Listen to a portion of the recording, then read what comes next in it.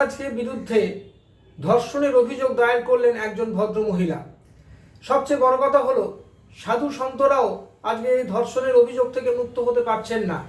সমাজের এরকমই একটা অবস্থা এবং লালসা জায়গায় আজকে পরিণত হয়ে গেছে যে আজকে সাধু সন্তরাও কিন্তু এই অভিযোগের শিকার হয়ে পড়ছেন। আজকে কার্তিক মহারাজের মতো এরকম একজন স্বনামধন্য পদ্মশ্রীপ্রাপ্ত একজন সাধু, তার বিরুদ্ধে একজন ভদ্র মহিলা অভিযোগ দায়ের করেছেন এবং এই অভিযোগ কতটা সত্য কতটা মিথ্যা তা আমরা জানি না, কিন্তু এটা তো ঠিক যে একজন ভদ্রমহিলা যদি কোনো পুলিশে অভিযোগ দায়ের করেন তবে অবশ্যই তার নিরপেক্ষ তদন্ত হওয়া প্রয়োজন এবং কার্তিক মহারাজকেও অবশ্যই সহযোগিতা করতে হবে এই তদন্তের সঙ্গে। কারণ যদি ভদ্রমহিলার অভিযোগ সত্যি করে প্রমাণিত হয় তবে কার্তিক মহারাজ সাধু বা সন্ত বলে যেন কোনোভাবে ছাড় না পান। ভারতীয় আইন অনুযায়ী, দণ্ডবিধি অনুযায়ী কিন্তু তাকেও শাস্তি প্রদান করতে হবে। কারণ একটা কথা মাথায় রাখতে হবে, আজকে সাধু সন্তদের মধ্যে কিন্তু যদি এরকম ধরনের ঘটনা ছড়িয়ে পড়ে তবে কিন্তু মানুষ যেখানে বিশ্বাস জায়গাটা মানুষের মার খেয়ে যাবে। কোনো মানুষ আজকে শান্তি পাওয়ার জন্য মঠে যান, বিভিন্ন মন্দিরে যান, মসজিদে যান, সেখানে যদি সাধু সন্তরা যদি এরকম ধরনের ঘটনায় জড়িয়ে পড়ে তবে কিন্তু সমাজের পক্ষে বার্তাটা অত্যন্ত খারাপ দিকে নিয়ে যাবে। কারণ একটা কথা মাথায় রাখতে হবে যে আজকে সাধু সন্তরা কিন্তু সমস্ত লোভ লালসা থেকে মুক্ত হয়েই সন্ন্যাসী হয়েছেন বলেই ধরে নেওয়া হয়।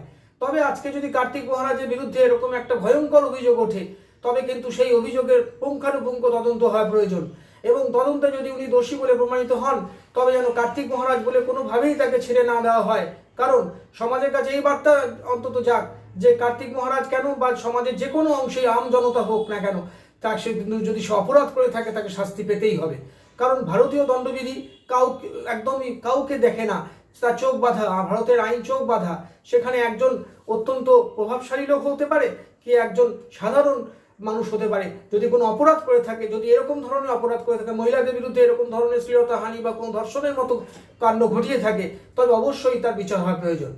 তবে একটা কথা মাথায় রাখতে হবে, বর্তমান সভ্যতা যেদিকে যাচ্ছে কোথাও গিয়ে যেন কেউই কোনোভাবে সন্দেহের ঊর্ধ্বে উঠতে পারছেন না। একটা সময় ছিল সাধু সন্ত মানেই মানুষের শ্রদ্ধায় আজকে তাদের মাথা নুয়ে আসতো। আজকে এই সমস্ত সাধু সন্তদের মধ্যে দেখা যাচ্ছে একটা পলিটিক্যাল ওয়ার্ক করার একটা এজেন্ডা তারা নিয়ে বসে আছেন। আজকে কোথাও গিয়ে কার্তিক মহারাজের মতো অসংখ্য সাধুরা আজকে কোথাও গিয়ে কোনো একটি রাজনৈতিক দলের স্বার্থে কাজ করছেন, তারা প্রকাশ্যে না পড়ুক অপ্রকাশ্যে এরকম ধরনের কাজ করে যাচ্ছেন। আজকে কোথাও গিয়ে সাধু সন্তরা তো দলমত নির্বিশেষে কাজ করবেন, সেখানে তো কোনো রাজনৈতিক দল বা কোনো রাজনৈতিক কর্মসূচির মধ্যে তারা সামিল হবেন না। তবে আজকে কেন এরকম ধরনের কাজে তারা লিপ্ত হচ্ছেন? আজকে কোনো একজন সরকারের যদি আপনার কাজে পছন্দ নাও হয় তা সত্ত্বেও একজন সাধু সন্ত কখনোই ডাইরেক্টলি পলিটিক্সের মধ্যে যুক্ত হতে পারেন না। কিন্তু আমরা কি দেখলাম যে কার্তিক মহারাজের মতো এরকম অসংখ্য সাধু কোনো একটি রাজনৈতিক দলের স্বার্থে দেখে মাঠে নামছে, মাঝে মাঝেই কোথাও গিয়ে মিছিল করছে, মিটিং করছে, এক্সিস্টিং সরকারের একেবারে পলিটিক্যাল ক্রিটিসাইজ করছে। এর থেকে কিন্তু অনেক সময় সন্দেহ এসে যাচ্ছে, তবে কি এরা সত্যিকারের সাধু? তবে কি এরা সত্যিকারের সমস্ত লোভ লালসা মায়া খ্যাতি সমস্ত কিছু ত্যাগ করে সত্যি কি এরা সন্ন্যাসী হয়েছে? যদি সত্যিকারের সন্ন্যাসী এরা হয়ে থাকে তবে তো এদের মধ্যে শান্তি প্রতিষ্ঠাই হবে একমাত্র উদ্দেশ্য। সেখানে তো কোনো রাজনৈতিক প্রতিষ্ঠা করা তাদের উদ্দেশ্য হবে না, কোনো একটা সরকারকে সরিয়ে একটা সরকারকে প্রতিষ্ঠা করা তো এদের উদ্দেশ্য হবে না। তবে কি কোথাও গিয়ে এরা কি বিচ্যুতি ঘটছে?